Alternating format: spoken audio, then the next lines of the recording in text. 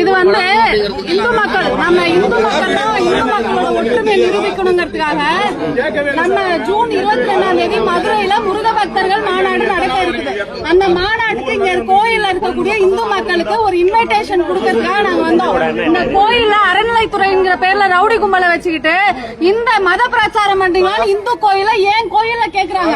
இங்க தமிழ்நாட்டுல அறநிலைத்துறை தான் நடந்துட்டு இருக்குதா இல்ல ரவுடிகளோட கூடாரமா அந்த கோயில்ல மாறிட்டு இருக்குதா? எனக்கு இதுக்கு விளக்கம் சரியான விளக்கம் தெரியல. இங்க இந்து கோயில்ல இந்து மக்களுக்கு நாங்க முருக பக்தர்கள் மாநாட்டுக்கு ஜூன் 22 நடக்குது, நீங்க எல்லாம் வாங்கன்னு சொல்லி எங்களோட சொந்தங்களுக்கு ஒரு அழைப்பிதழ் கொடுக்க வந்தா ஒரு பிஜேபி மாவட்ட தலைவர் எனக்கே இங்க பாதுகாப்பு இல்ல.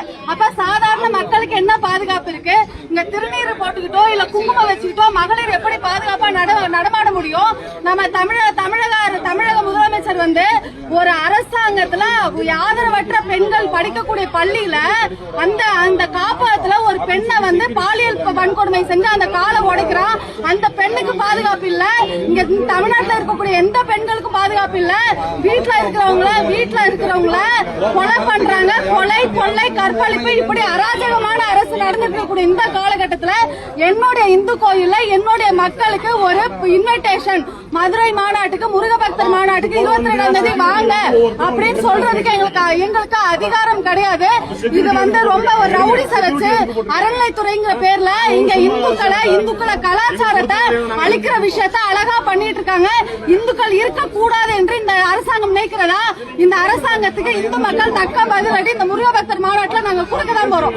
எல்லா இடங்களிலும் இந்துக்கள் எழுச்சியோட வீரத்தோட தான் இந்துங்கிறத உணர ஆரம்பிச்சுட்டாங்க. இவர்கள் எப்படி ஓட்டு கேட்க வராங்க, எங்க தெருவுக்கு எப்படி வராங்கிறத நாங்க பாப்போம். எல்லா இந்து மக்களும் யாரையும் இந்த திராவிட அரசை உள்ள விடக்கூடாதுன்னு சொல்லி என்னுடைய வேண்டுகோளா வச்சுக்கிறேன். அனைத்து இந்து சங்கங்களும் முருக பக்தர் மாநாட்டில் நம்மளுடைய ஒற்றுமை நிரூபிக்க வேண்டும்.